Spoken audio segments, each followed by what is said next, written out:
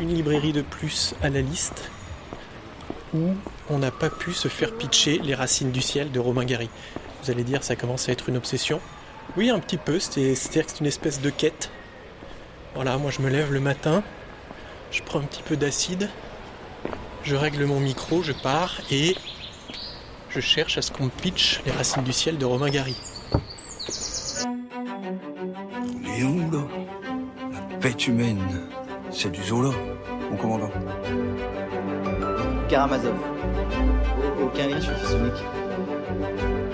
Écrire, enfin c'est une contradiction, on ne peut pas écrire, on le fait. On dit que c'est pas la peine et on le fait. C'est de la littérature de dire ça. La voix des lettres, votre podcast littéraire. C'est inouï, ce geste d'écrire dans ces conditions-là, ça m'émerveille. Ça s'appelle un miracle. Épisode 57, Les Racines du ciel, la suite. Alors on est en ce moment dans le 5e arrondissement, au croisement de la rue des Patriarches et de la rue d'Aubenton. On a fait quelques nouveaux réglages avec le micro et on va rentrer dans une librairie pour encore une fois chercher quelqu'un qui puisse nous pitcher Les Racines du ciel.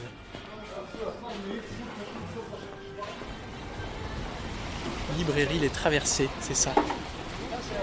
Ça remet un peu. Alors on va rentrer, je pense que l'entrée c'est plutôt par là. Et on va essayer de trouver un renseignement. Alors, à l'école Mouffetard, et comme tous les ans, il y a un petit concours d'organiser, elle va vous expliquer. C'est une très belle librairie, assez grande. Un rayon littérature, un rayon beaux-arts, un rayon jeunesse. Alors, est-ce qu'on trouverait Romain Gary? Il y a du Vian, il y a du Proust. Il est là. Il est là. Bonjour monsieur, bonjour. Vous êtes libraire? Oui. J'enregistre un podcast littéraire. Oui. Et je cherche quelqu'un qui puisse me pitcher Les Racines du ciel. Alors, je l'ai lu il y a tellement de siècles. Puis là, on est un peu en sous-effectif aujourd'hui, donc vous le pitcher va être compliqué. J'ai fait 6 librairies, personne n'a réussi, hein, donc faut pas... Bah non, faut le lire. Faut le lire. Faut le lire. Qu'est-ce que vous avez comme image quand vous pensez aux Racines du ciel? Ça vous évoque quelque chose? Ça m'évoque, franchement... On a une image, ça fait tellement... On peut tricher. Au-delà de... Un Morel. Un Morel qui protège des éléphants. Ouais, mais c'est plus une métaphore on est encore en pleine post-coloniale aussi, c'est surtout ça. C'est ça, oui. Puis sur comment on peut considérer des êtres humains ou des animaux. Faut pas oublier je vais pas le pitcher, mais il a eu le prix Goncourt en 1956. Ouais, je vérifie. C'est ça. Et qu'on était vraiment sorti de la Seconde Guerre mondiale. Donc il y a tout ça qui traverse le bouquin Les Racines du ciel de mémoire.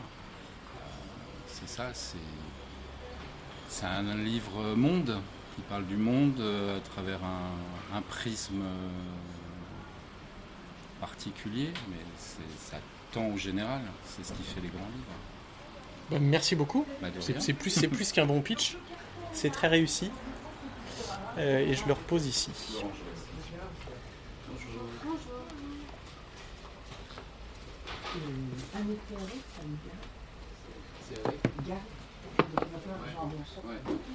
Merci beaucoup, très bonne journée. Au revoir.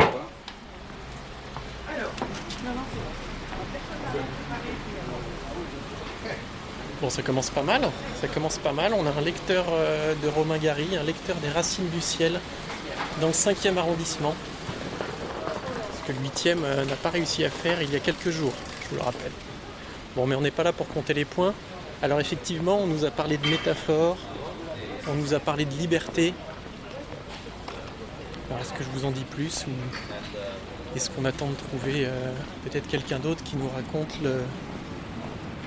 l'histoire, le scénario, métaphore, mais quelle est l'histoire principale, quelle est la trame? Donc sur l'édition qu'on vient de prendre en librairie, il y avait une photo d'éléphant mort, et puis devant cet éléphant mort, des chasseurs d'éléphants. Ce qu'on imagine en tout cas être des chasseurs d'éléphants. On nous a parlé aussi de réflexion post-coloniale. Alors pourquoi post-coloniale? Parce que donc le livre s'inscrit dans un pays qui n'existe plus aujourd'hui, qui est l'AEF, l'Afrique équatoriale française. Alors il faudrait que j'aille vérifier. Ça doit être l'équivalent du Congo actuel, ou peut-être du Tchad. Et donc c'est en ce lieu qu'un certain Morel va devenir le héros d'une histoire, le héros des Racines du ciel. Il y a une très belle entrée, c'est très vert, des livres anciens et modernes. On va rentrer. Bonjour monsieur. J'enregistre un podcast littéraire. Je peux vous poser quelques questions? Je fais pas vraiment de la littérature. Moi, le thème de la librairie, c'est l'image, le graphisme. Surtout du graphisme? Vous voulez nous en parler un peu? Nous, on est très ouverts. Hein. En tout cas, vous avez une très belle échoppe. Effectivement, beaucoup d'affiches sur les murs. Et des grands ouvrages, mais qui sont donc plutôt des ouvrages d'art et de photos? Uniquement. Bon, merci beaucoup. Je vous en prie. Passez une bonne journée. Au revoir.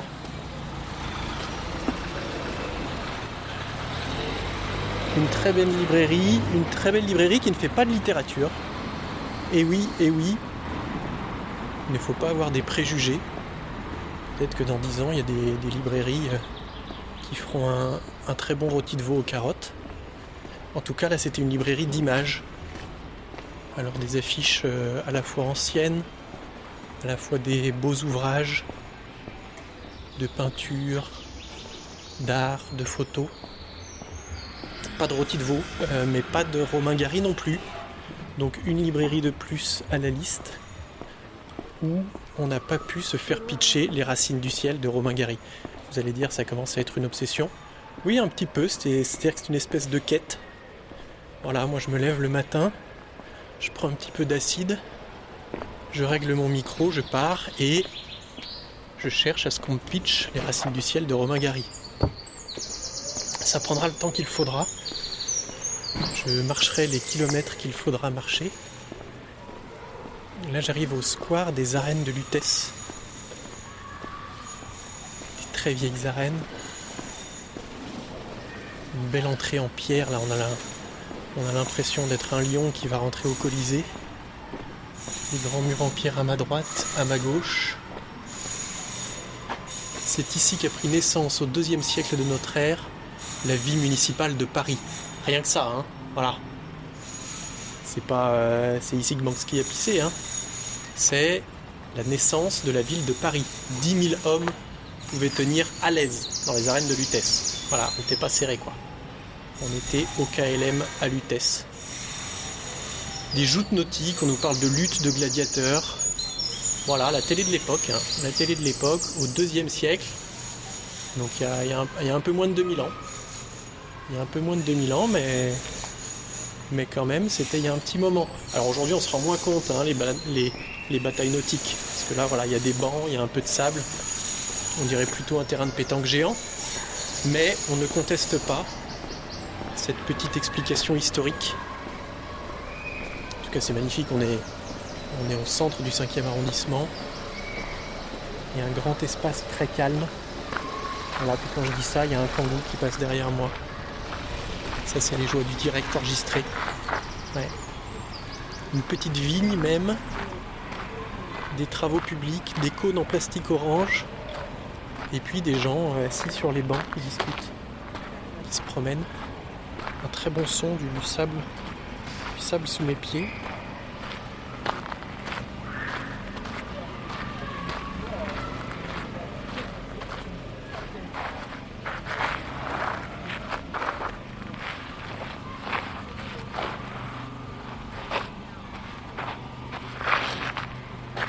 Voilà, là je viens de tracer dans le sol « Vive les arènes de Lutèce » en katakana japonais. C'est très rapide, hein, les katakana japonais sont très condensés. Il y en a un qui veut dire « Vive les » et l'autre qui veut dire « Arène de Lutèce ». Donc c'est très pratique, voilà, on en met deux, quelques traits, on a une phrase. Une langue merveilleuse. Alors, on sort d'une librairie de l'imaginaire. Une librairie de l'imaginaire qui vendait des BD et des mangas. Et donc, qui n'avait pas les racines du ciel de Romain Gary. C'est grave ça, c'est grave. Par exemple, je pourrais rentrer chez Naturalia, la bio et local, et peut-être que je ne trouverai pas non plus les racines du ciel de Romain Gary. Ici, là, on est dans une rôtisserie, il y a des beaux poulets rôtis. À mon avis, ils n'ont pas non plus les racines du ciel de Romain Gary. Par contre, ils ont des tomates farcies et des courgettes farcies qui ont l'air exceptionnels. Et des beaux bouquets de persil. Voilà. Alors, on continue ? On continue. On va filtrer un petit peu peut-être. On va peut-être filtrer. Là, il y a un tabac presse. Tabac presse qui vend a priori pas beaucoup de livres. On va continuer. On ne perd pas espoir. Aujourd'hui, nous trouverons quelqu'un qui va nous pitcher les racines du ciel de Romain Gary. Voilà, on avance et d'un coup, au détour d'une rue, on voit apparaître le Panthéon, magnifique, et aussi un pub anglais. Voilà, donc ça dépend un petit peu de l'humeur dans laquelle vous êtes. Si vous êtes venu pour visiter, pour voir des belles pierres, pour quelque chose d'un petit peu culturel, votre œil va directement se fixer sur le Panthéon. A l'inverse, si vous avez soif, si par exemple il est vendredi, 17h, on se rapproche de l'heure de l'afterwork, là c'est plutôt le pub anglais qui vous attire. Voilà, petite pintasse, de la Guinness, de la Pale Ale, pas trop forte, rafraîchissante, voire sans bulle pour les cascales. Et là vous allez au Bombardier, c'est le nom du pub, et vous commandez une tournée, quoi. Une belle tournée de pinte. On ne pousse pas bien sûr à la consommation ici. Buvez avec modération et avec des gens. Voilà, c'est toujours plus sympa faire ça avec des gens. Donc je vous disais qu'on arrivait devant le Panthéon. Des bancs, des gens assis sur les bancs. La mairie du 5e arrondissement. Vraiment, on est dans le 5e, quoi. Voilà, on peut pas être plus dans le 5e que devant la mairie du 5e arrondissement. Et toujours à la recherche des lecteurs et des lectrices de Romain Gary. D'ailleurs, est-ce que Romain Gary est au Panthéon ? C'est une information que je n'ai pas. Est-ce que je ne prépare absolument pas mes épisodes, que je suis un touriste ? Alors je ne sais pas s'il est au Panthéon, mais on sait qu'il a eu un prix Goncourt, hein, le libraire nous l'a dit tout à l'heure, en 1956 pour Les Racines du ciel. Donc le prix Goncourt, c'est un prix littéraire français qui récompense un roman et non pas un écrivain, contrairement au prix Nobel de littérature qui lui va consacrer une carrière d'un écrivain. Le prix Goncourt est vraiment attaché à un roman et on ne peut l'obtenir qu'une fois. Parce qu'après, bon, on place aux jeunes quand même. C'est-à-dire que si vous écrivez un bon roman, vous avez le Goncourt, qu'ensuite vous écrivez un meilleur roman, bon bah c'est trop tard, quoi. On peut pas vous en donner un autre. On peut mettre à la limite dessus un petit bandeau rouge par l'auteur du Goncourt des années d'avant. Voilà. Mais deux Goncourt, c'est interdit. C'est interdit, sauf une exception. Une personne qui a obtenu 2 fois le prix Goncourt. Et alors cette personne, vous ne devinerez jamais qui c'est, hein, c'est d'ailleurs à peine croyable. Cette personne, c'est Romain Gary. Voilà, ça vraiment on ne s'y attendait pas. C'est Romain Gary qui a donc obtenu un premier prix Goncourt en 1956. Et puis, petit malin, Romain Gary, il a utilisé un pseudonyme pour écrire d'autres livres, le pseudonyme d'Émile Ajar. Et donc bien des années plus tard, le jury du prix Goncourt a vu ce petit écrivain, ce jeune écrivain, Émile Ajar, qui est inconnu au bataillon, mais bon bouquin quand même. La vie devant soi, pas mal. Pas mal, belle prose, ça mérite un prix Goncourt. on offre le prix Goncourt à La vie devant soi d'Émile Ajar. Incroyable. Et ce qui se passe, c'est que Romain Gary, à un moment, meurt. Et quelques mois plus tard, on se rend compte que Émile Ajar n'est autre que Romain Gary. Voilà. Une histoire fantastique. Une histoire fantastique, la mort de Romain Gary, qui explique d'ailleurs aussi pourquoi il n'a pas gagné 3 ou 4 prix Goncourt. Parce qu'il aurait pu recommencer. Hein. A priori, le mec a déjà 2 prix Goncourt, donc il n'écrit pas avec ses pieds. Il aurait pu prendre un autre pseudo, Guillaume Musso par exemple. Non, pas Guillaume Musso. Un autre pseudonyme et recommencer. Mais bon, ce n'est pas possible, puisqu'a priori, Romain Gary meurt. Voilà. À un moment donné. C'est pas une information que je suis allé vérifier. Hein. C'est une supposition. A priori, c'est comme ça que ça se passe. À part quelques exceptions dans l'histoire. Voilà, Romain Gary est un homme. Tous les hommes sont mortels. Donc, a priori, Romain Gary est mortel. Moi, je ne l'ai pas connu, hein, personnellement. Je n'étais pas invité à son enterrement. Donc, je vous invite à vérifier cette information. Toujours vérifier les sources. Est-ce que Romain Gary est né ? Est-ce que Romain Gary est mort ? Voilà, c'est des vérifications assez basiques, mais auxquelles il faut penser. Pendant que mon alter ego arpente les rues du 5e arrondissement, à la recherche des lecteurs et des lectrices des Racines du ciel de Romain Gary, je fais une petite brèche dans l'espace-temps. Je vous parle depuis le boulevard Maxime Gorky pour vous donner des nouvelles du jeu de l'épisode 56. Vous deviez, je vous le rappelle, trouver une erreur dans le dernier entretien dans cette librairie de livres anciens. Et c'est Claire qui a publié la bonne réponse sur le compte Instagram de La Voix des Lettres. La citation que le personnage principal des clowns lyriques cherche pendant tout le livre n'est pas de Léon Trotsky, mais de Maxime Gorky.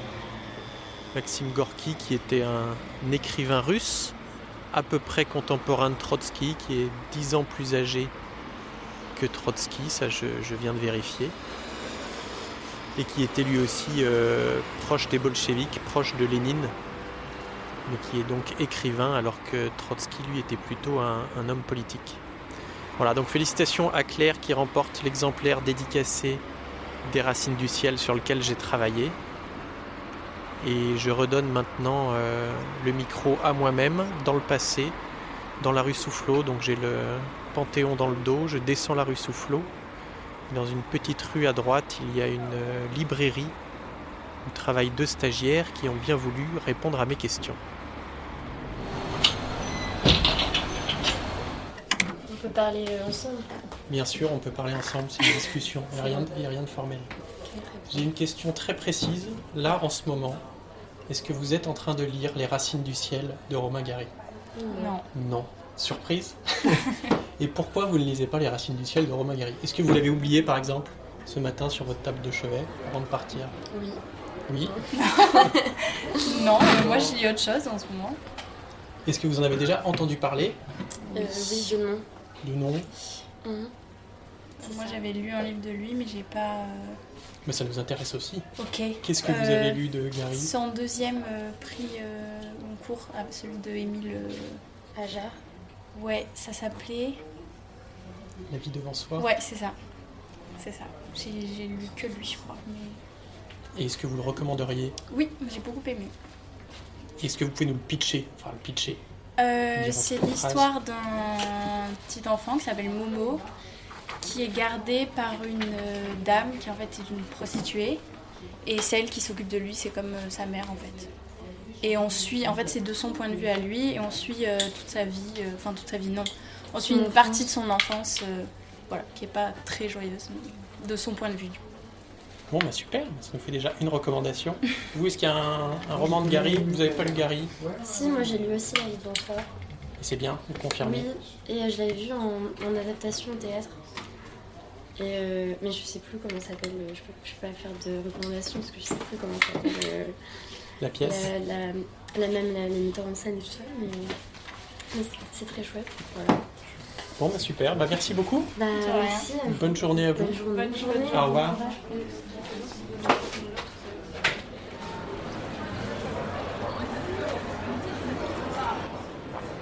Bonjour monsieur. Est-ce que vous accepteriez de répondre à une question à mon micro? Ça dépend de la question. La question est très simple, je vous la pose. Demain, c'est le premier tour des élections législatives. Est-ce que vous avez lu Les Racines du ciel de Romain Gary?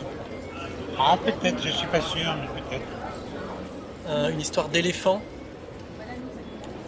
Ah, c'est un livre de Romain Gary, c'est pas C'est un un film. livre de Romain Gary. J'avais compris film. Alors je crois qu'il a été adapté. Vous avez peut-être vu une adaptation cinéma. Bon, on va dire que non. On va dire que non. Est-ce qu'on vit heureux sans avoir lu Les Racines du ciel de Romain A Gary? priori, oui. A priori. Merci monsieur. Vous m'autorisez à diffuser? Si vous voulez, c'est pas le RN. Ah non, c'est pas le RN, non. Non. On est apolitique, à gauche. Très bonne journée monsieur. Au revoir. Excusez-moi monsieur, vous êtes en train de ranger votre étal, est-ce que je peux vous poser une question? Non, désolé, je suis pressé. Vous êtes pressé pour ranger? Il va pleuvoir, je vais l'obligé de fermer avant que Je comprends. commence à pleuvoir. Bonne soirée.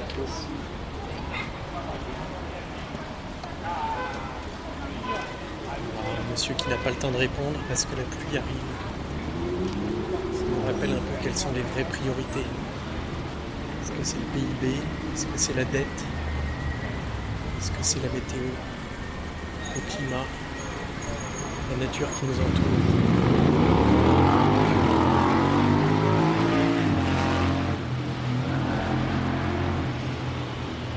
Ah, la modernité, des motos avec des gros moteurs, ou bien des éléphants en liberté qui écrasent tout sur leur passage, y compris des poteaux télégraphiques.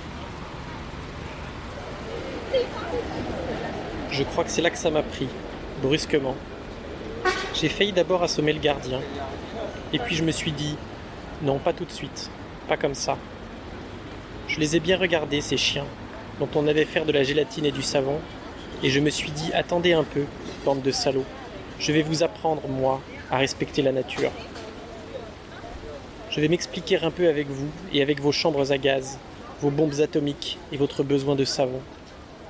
Ce soir-là, j'ai ramassé 2 ou 3 gars sur les routes, 2 Baltes et un juif polonais, et on est allé faire ensemble un petit commando sur la fourrière. On a un peu malmené les gardiens, libéré les cabots et foutu le feu à la baraque. C'est comme ça que je me suis lancé. J'étais sûr de tenir le bon bout. Il n'y avait plus qu'à continuer. Ce n'était pas la peine de défendre ceci ou cela séparément, les hommes ou les chiens. Il fallait s'attaquer au fond du problème, la protection de la nature. On commence par dire, mettons, que les éléphants c'est trop gros, trop encombrant, qu'ils renversent les poteaux télégraphiques, piétinent les récoltes, qu'ils sont un anachronisme, et puis on finit par dire la même chose de la liberté. La liberté et l'homme deviennent encombrants à la longue. Voilà comment je m'y suis mis. Et Pirkvist, tournant les yeux vers la fenêtre ouverte, s'écria, avec un éclat soudain dans ses yeux pâles, « L'islam appelle cela les racines du ciel. Pour les Indiens du Mexique, c'est l'arbre de vie, qui les pousse les uns et les autres à tomber à genoux et à lever les yeux en se frappant la poitrine dans leur tourment. Un besoin de protection auquel les obstinés comme Morel cherchent à échapper par des pétitions, des comités de lutte et des syndicats de défense. Ils essaient de s'arranger entre eux, de répondre eux-mêmes à leurs besoins de justice, de liberté, d'amour. Ces racines du ciel si profondément enfoncées dans leur poitrine.